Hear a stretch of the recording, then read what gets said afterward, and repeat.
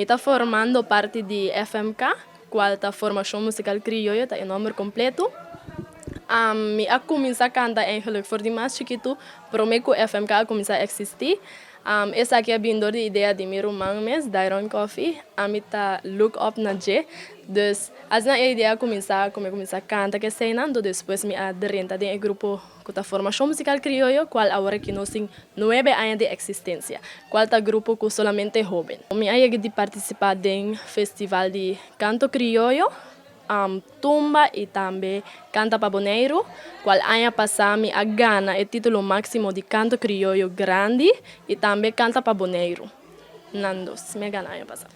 E ano aqui também me participar na Canto Criollo plus Tumba, na Tumba me sali primeiro finalista, então na Canto Criollo me sali de 2 finalistas. E feeling tá hope great, passou em alguma maneira me também avisa que me tem par de anos participando e se está com experiência também, pero é feeling para ganhar festival assim grande que ano passado tinha 29 participantes, então a mim como jovem ganhando o festival aqui, tá feeling sumamente great. Dus, me não tem palavra como para me visa, para me explicar. 9 anos juntos, dus tocando junto e também 9 anos aqui, assim nós mais como família. Dus, vou por mirar esse aí também tem vídeo of mirando nos live, Formação Musical Criollo, com nós toca como família. Dus, é conexão tem, então hora que a conexão tem, vou por tocar, então sentimos mais confortável, então esse aí tá assim que vou tocar mais meu.